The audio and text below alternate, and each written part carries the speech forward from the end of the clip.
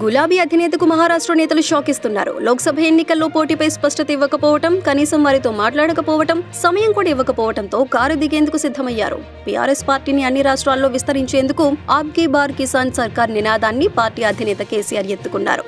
పంజాబ్, హర్యానాలో రైతులకు సాయం, ఒడిశా, ఏపీ, యూపీ, మధ్యప్రదేశ్, కర్ణాటకతో పాటు పలు రాష్ట్రాల్లో పార్టీ విస్తరణకు చర్యలు చేపట్టారు. పలు రాష్ట్రాలకు చెందిన నేతలను కారెక్కించారు.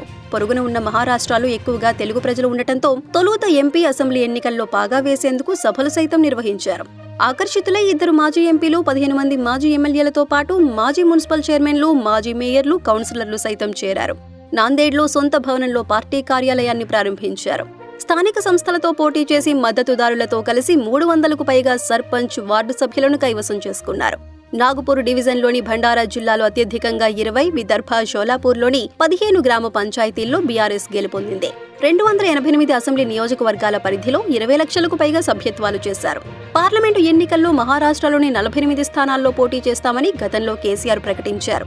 కానీ త్వరలోనే ఎన్నికల షెడ్యూల్ వెలువడనున్న తరుణంలో పోటీపై పార్టీ క్లారిటీ ఇవ్వలేదు. 10 రోజులుగా కేసీఆర్ అందుబాటులోకి రాకపోవడంతో మూకుమ్మడి రాజీనామాలు చేసేందుకు సిద్ధమవుతున్నారు. త్వరలోనే మహారాష్ట్రలో కారు ఖాళీ కానున్నట్లు విశ్వసనీయ సమాచారం.